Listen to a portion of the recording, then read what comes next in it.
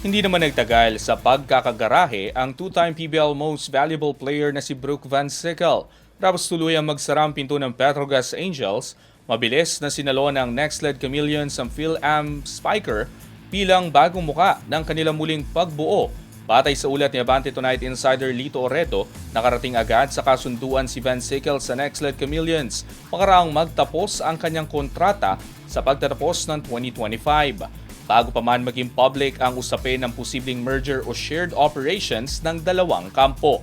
Nauna nang ibinasura ng Premier Volleyball League ang mungkahing arrangement ng Petrogas at Next-Led, isang desisyong kalaunay nagbunsod sa Petrogas Angels na mag-file ng leave of absence at pansamantalang tumigil sa kompetisyon. Sa gitna ng pag-urong ng Angels, lumilitaw na hindi nag-iisa si Van Sickle sa posibleng paglipat. Umiinit din ang pangalan ni Myla Pablo, Jonas Abete, MJ Phillips at Juliana Tolentino bilang mga target ng Chameleons. Pudyat ng agresibong hakbang ng Next-Led para patatagin ang roster. Umalis ang Petrogas na may mabigat na pamana.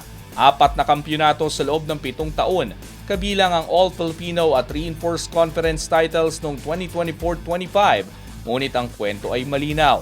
Nagpapatuloy ang karera ni Van Sickle at sa Next-Led, may bagong entabladong haharapin ang isa sa pinakamapanganib na spiker sa liga.